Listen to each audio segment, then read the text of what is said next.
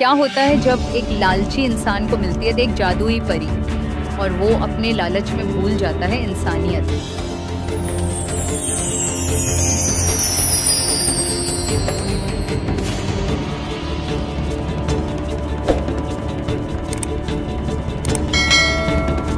इसी समय एक छोटे से गांव में रघु नाम का एक आदमी रहता था। गरीब तो था, मगर उसका दिल हमेशा ज्यादा पाने की चाह में डूबा रहता था। रघु खेत में काम करता हुआ गुस्से में बड़बड़ाता है। साल भर मेहनत करता हूँ और मिलता क्या है? 2 वक्त की रोटी भी मुश्किल से। रघु रात को जब अपनी पत्नी गौरी के साथ सो रहा होता है, तब गौरी कहती है, रघु, थोड़ा संतोष रखो, मेहनत का फल जरूर मिलेगा। फल? जब अमीर लोग सोने की ईंटों से खेलते हैं, मैं क्यों सिर्फ रोटी से पेट भरूं? रघु का दिल कभी भरता ही नहीं था। उसके पास जो भी होता वो उससे 2 गुना चाहता, और ऐसा ही लालच उसे उस दिन जंगल की ओर खींच ले गया जिस दिन उसकी किस्मत बदलने वाली थी। उसी जंगल में थी एक जादुई परी जो सिर्फ उन्हीं की मदद करती थी जिनके दिल में सच्चाई और दया होती थी। झाड़ियों से रोशनी चमकती है। रघु चौंक कर रुकता है। तभी उसे परी की आवाज आती है। क्यों आए हो इस रास्ते पर रघु? मैं कुछ चमत्कार की तलाश में आया हूँ। और वहीं उसकी मुलाकात हुई एक जादुई परी से, जिसने उसकी आंखों में झांक कर कुछ पढ़ लिया, शायद लालच की छाया। परी रघु से कहती है, रघु, तुम्हारी आंखों में इच्छा है, लेकिन क्या उसमें सच्चाई भी है? रघु झूठी नम्रता से कहता है, अगर आप सच में परी हैं, तो मेरी मदद कीजिए। मैं बहुत दुखी हूँ, बहुत गरीब हूँ।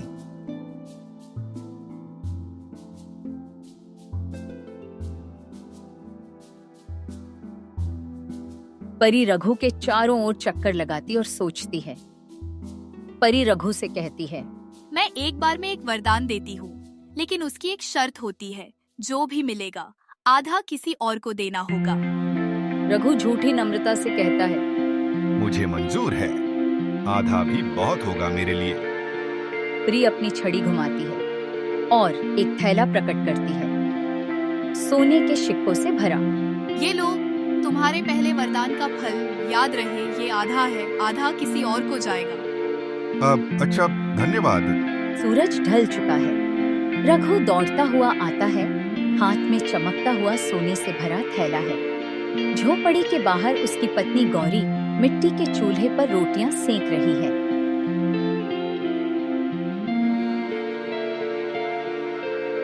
हे भगवान, ये क्या लाए हो रघु?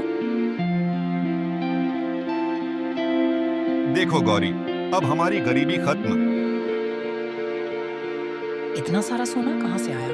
बस कहो, किस्मत कह लो, भगवान की कृपा। अब हम अच्छे कपड़े खरीदेंगे, गाय लाएंगे और बाकी मंदिर को दान देंगे। दान? नहीं, ये सब मैं अपने लिए लाया हूँ, और बहुत कुछ चाहिए। उस रात रघु को नींद नहीं आई। उसका मन फिर कुछ और पाने को ललचाने लगा। अब उसे धन नहीं, महल चाहिए था।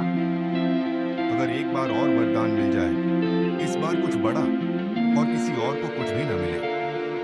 सुबह का समय। रघु दोबारा चुपचाप जंगल की ओर चल रहा है। जंगल में हल्की रोशनी चमकती है। परी फिर से प्रकट होती है।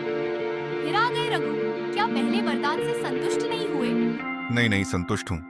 बस एक छोटी सी और इच्छा है। याद है ना शर्त, आधा किसी और को भी मिलेगा। परी अपनी छड़ी घुमाती है। रोशनी तेज होती है। झोपड़ी की जगह एक बड़ा घर बन जाता है। रघु, ये सपना है क्या? अब मैं कोई आम आदमी नहीं, ये सब हमारी मेहनत का फल है।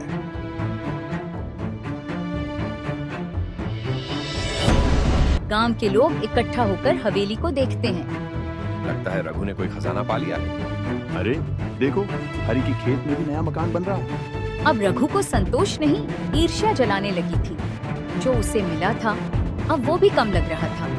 रघु को परी से मिला पहला वरदान उसके जीवन की दिशा बदलने आया था। पर संतोष की जगह रघु के मन में जन्म ले चुकी थी एक नई आग, और वो आग थी लालच की। रघु अपने नए मकान के पास खड़ा है। कुछ गांव वाले इकट्ठा हैं। कोई तालियां बजा रहा है, कोई फुसफुसा रहा है। तभी गांव वाले रघु से कहते हैं, वाह रघु, अब तो तू राजा बन गया। हमें भी बताओ ये चमत्कार कहाँ से हुआ? मेहनत और किस्मत दोनों साथ हो तो कुछ भी संभव है। गौरी का मन बहुत नेक था। रघु के पास सब कुछ होने के बाद वैसे ही पुराने कपड़ों में रहता। गौरी रघु से कहती है, ईश्वर का धन्यवाद करो रघु, हमें जो मिला वो सब उसकी कृपा है। ईश्वर, अब मैं खुद ही अपनी किस्मत बना सकता हूँ। सामने गांव का एक और आदमी हरी अपने नए घर की खिड़की पर खड़ा है। हरी की हवेली और भी ऊंची और चमकदार है। रघु उसे देखकर गुस्से में बड़बड़ाता है, इस हरी के पास तो मेरी हवेली से भी ज्यादा बड़ा मकान है। ये कैसे हो सकता है? ये सब मेरा होना चाहिए था, सिर्फ मेरा। कुछ महिलाएं आपस में बात कर रही हैं। कहते हैं कोई परी है जो वरदान दे रही है, कई लोगों की किस्मत बदल रही है। अगर ये सच है तो सबका भला हो। रघु के पास अब सब कुछ था, धन, घर, आराम, लेकिन संतोष नहीं था। उसकी आंखों में अब दूसरों की तरक्की चुभने लगी थी। अगर परी फिर दिखे तो अगली बार ऐसा वरदान मांगूंगा जिसमें कोई हिस्सा न बांटना पड़े, सब कुछ सिर्फ मेरा। सुबह सुबह रघु चुपचाप घर से निकलता है। रास्ते में गांव वाले उसे नमस्ते करते हैं, लेकिन रघु बिना जवाब दिए चलता रहता है। क्या फिर से कुछ मांगने आए हो रघु? हाँ, मुझे ऐसा वरदान चाहिए जिसमें सब कुछ मेरा हो, किसी और को कुछ भी न मिले। लेकिन क्या रघु समझ पाएगा कि हर वरदान एक इम्तिहान भी होता है?